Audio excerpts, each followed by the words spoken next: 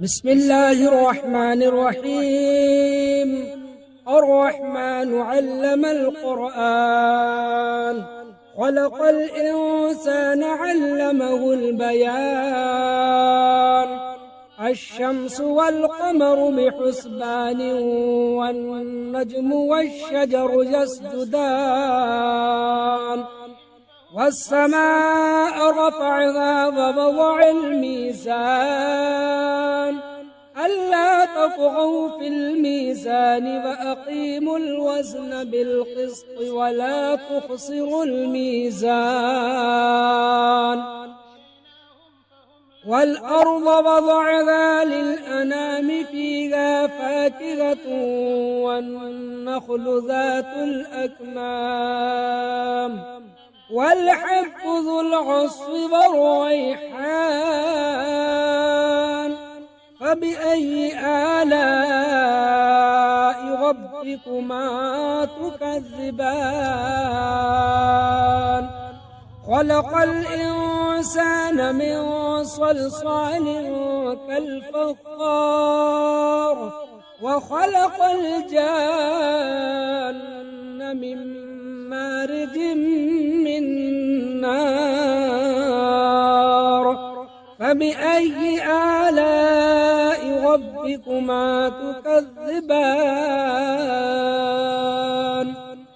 رب المشرقين ورب المغربين، فبأي آلاء ربكما تكذبان؟ مرج البحرين يلتقيان، بينهما برزخ لا يبغيان. فبأي آلاء ربكما تكذبان؟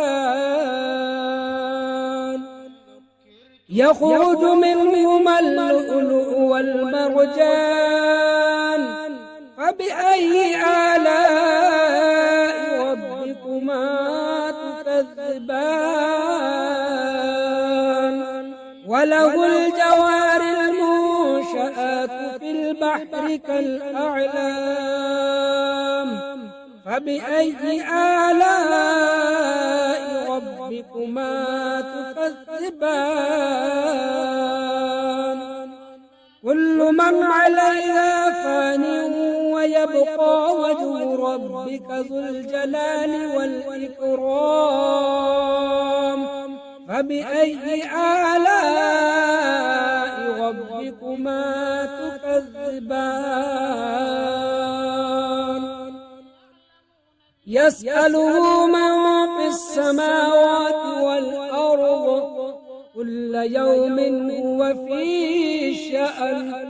فبأي آلاء ربكما تكذبان؟ سنفرغ لكم أيها الثقلان، فبأي آلاء ربكما تكذبان؟ يا معشر الجن والإنس إن استطعتم أن تنفذوا من أقطار السماوات والأرض، فانفذوا لا تنفذون إلا بسلطان. فبأي آلاء ربكما تكذبان؟ يرسل عليكما شواظ من نار ونحاس فلا تنتصران. فبأي آلاء ربكما تكذبان؟ فإذا انشقت السماء فكانت وردة كالدهان. فبأي آلاء ربكما تكذبان؟ فيومئذ لا يسأل عن ذنبه إنس فبأي آلاء ربكما تكذبان يعرف المجرمون بسيماهم فيؤخذ بالنواصي والأقدام فبأي آلاء ربكما تكذبان هذه جهنم التي يكذب بها المجرمون يطوفون بينها وبين حميم آن فبأي آلاء ربكما تكذبان ولمن خاف مقام ربه جنتان فبأي آلاء ربكما تكذبان ذواتا أفنان فبأي آلاء ربكما تكذبان فيهما عينان تجريان فبأي آلاء ربكما تكذبان فيهما من كل فاكهة زوجان فبأي آلاء ربكما تكذبان متكئين على فرش بطائنها من استبرق وجنى الجنتين دان فبأي آلاء ربكما تكذبان فيهن قاصرات الطرف لم يطمثهن إنس قبلهم ولا جان فبأي آلاء ربكما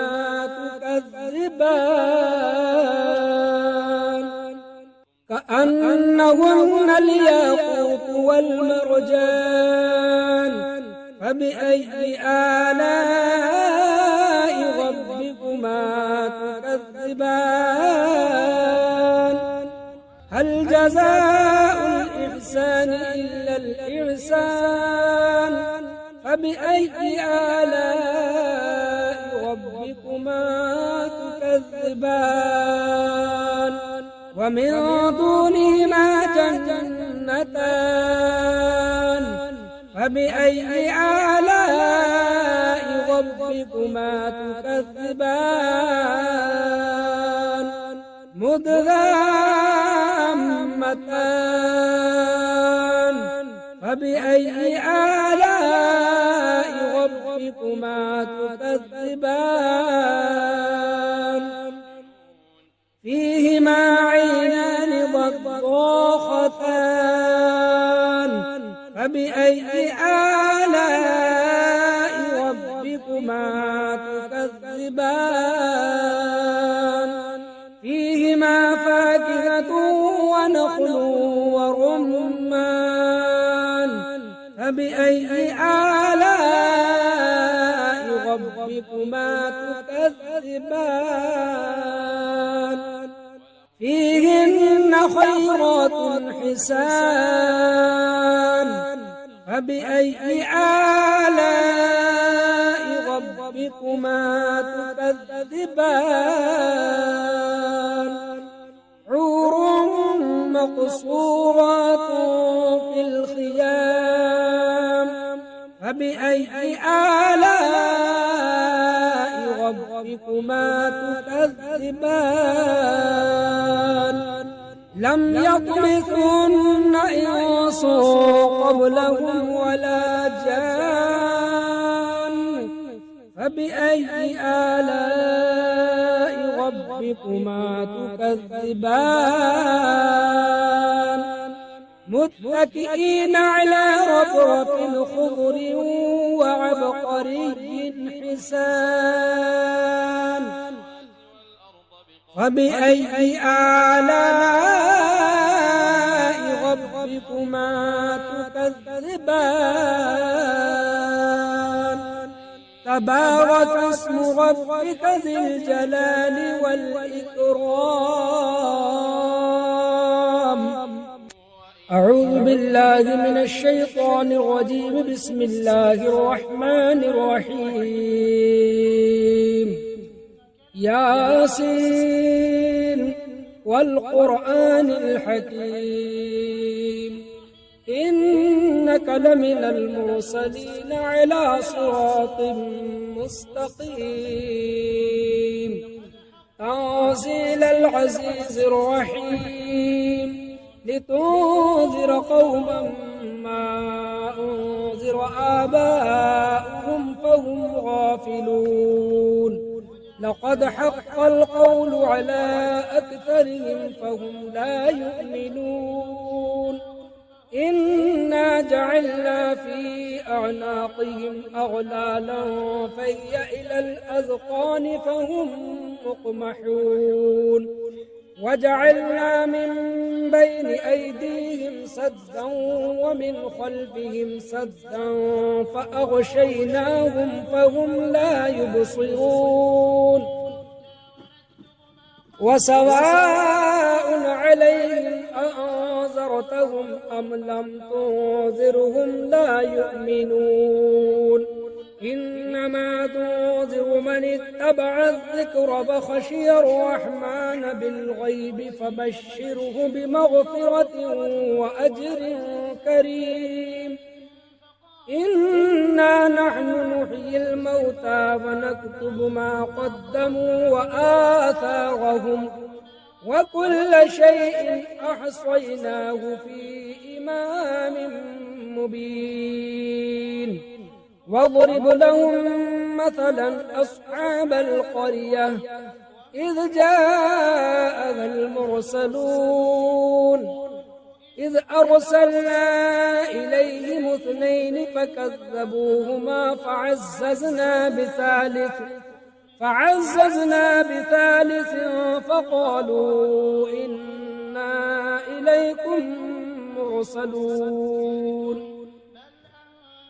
قالوا ما أنتم إلا بشر مثلنا وما أنزل الرحمن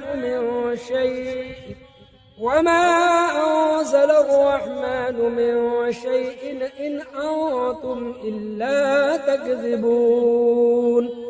قالوا ربنا يعلم إنا إليكم لمرسلون وما علينا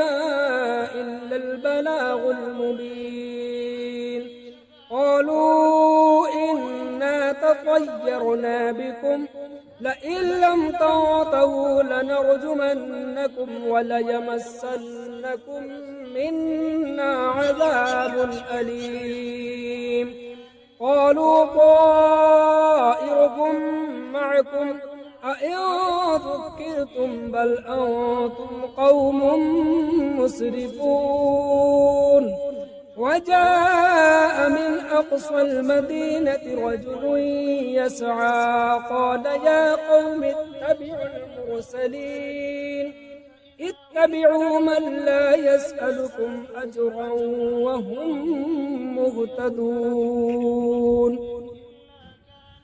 وما لي لا أعبد الذي فطرني وإليه ترجعون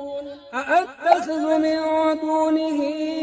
آلهة إن يردني الرحمن بضر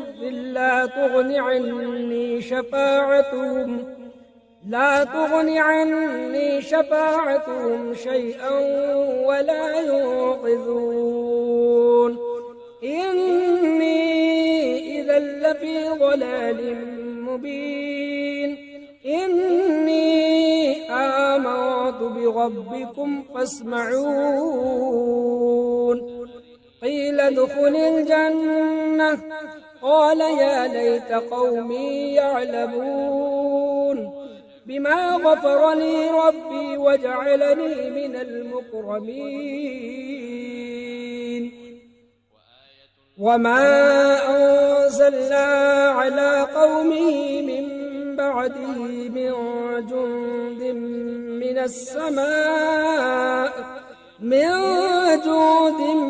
من السماء وما كنا منزلين إن كانت إلا صيحة واحدة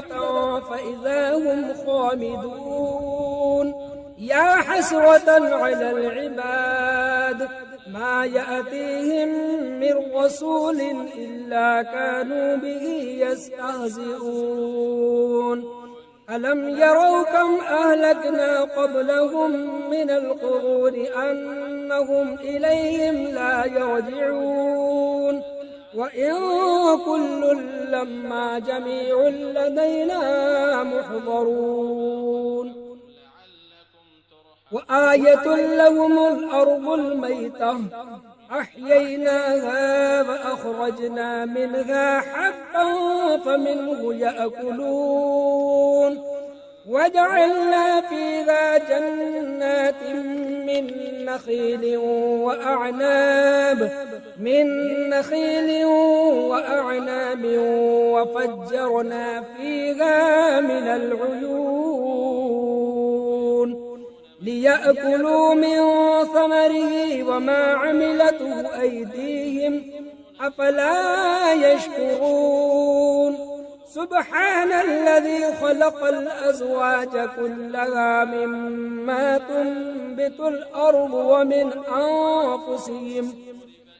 أنفسهم ومما لا يعلمون وآية لهم الليل نسلخ منه النهار فإذا هم مظلمون والشمس تجري لمستقر لها ذلك تقدير العزيز العليم والقمر قدرناه منازل حتى عاد كالعرجون القديم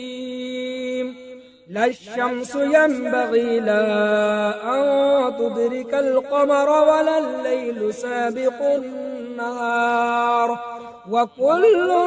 في فلك يسبحون وآية لهم أنا حملنا ذريتهم في الفلك المشحون وخلقنا لهم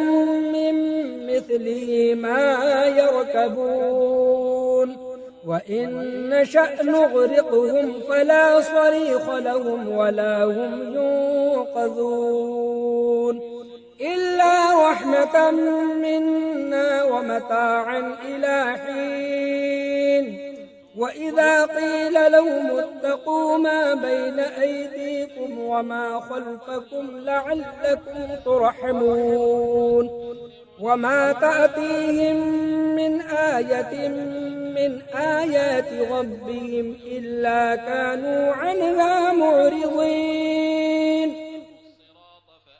وإذا قيل لهم أنفقوا مما رزقكم الله قال الذين كفروا للذين آمنوا أنطعم من لو يشاء الله أطعمه إن أنتم إلا في ضلال مبين ويقولون متى هذا الوعد إن كنتم صادقين ما ينظرون إلا صيحة واحدة تأخذهم وهم يخصمون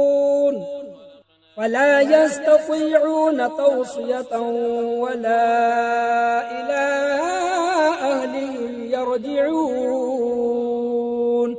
ونفخ في الصور فإذا هم من الأجداث إلى ربهم ينسلون قالوا يا ويلنا من بعثنا من مرقدنا هذا ما وعد الرحمن وصدق المرسلون إن كانت إلا صيحة واحدة فإذا هم جميع لدينا محضرون فاليوم لا تظلم نفس شيئا ولا تجزون إلا ما كنتم تعملون إن أصحاب الجنة اليوم في شغل فاكهون هم وأزواجهم في ظلال على الأرائك متكئون لهم فيها فاكهة ولهم ما يدعون سلام قولا من رب رحيم وامتازوا اليوم أيها المجرمون ألم أعهد إليكم يا بني آدم ألا تعبدوا الشيطان إنه لكم عدو مبين وأن اعبدوني هذا صراط مستقيم ولقد أضل منكم جبلا كثيرا أفلم تكونوا تعقلون هذه جهنم التي كنتم توعدون اصلوها اليوم بما كنتم تكفرون اليوم نختم على أفواههم وتكلمنا أيديهم وتشهد أرجلهم بما كانوا يكسبون ولو نشاء لطمسنا على أعينهم فاستبقوا الصراط فأنى يبصرون ولو نشاء لمسخناهم على مكانتهم فما استطاعوا مضيا ولا يرجعون ومن نعمره ننكس في الخلق أفلا يعقلون وما علمناه الشعر وما ينبغي له إن هو إلا ذكر وقرآن مبين لينذر من كان حيا ويحق القول على الكافرين أولم يروا أنا خلقنا لهم مما عملت أيدينا أنعاما فهم لها مالكون وذللناها لهم فمنها ركوبهم ومنها يأكلون ولهم فيها منافع ومشارب أفلا يشكرون واتخذوا من دون الله آلهة لعلهم ينصرون لا يستطيعون نصرهم وهم لهم جند محضرون فلا يحزنك قولهم إنا نعلم ما يسرون وما يعلنون أولم ير الإنسان أنا خلقناه من نطفة فإذا هو خصيم مبين وضرب لنا مثلا ونسي خلقه قال من يحيي العظام فهي رميم قل يحييها الذي أنشأها أول مرة وهو بكل خلق عليم الذي جعل لكم من الشجر الأخضر نارا فإذا أنتم منه توقدون أوليس الذي خلق السماوات والأرض بقادر على أن يخلق مثلهم بلى وهو الخلاق العليم إنما أمره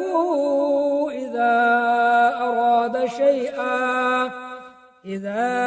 أراد شيئا أن يقول له كن فيكون فسبحان الذي بيده ملكوت كل شيء وإليه ترجعون.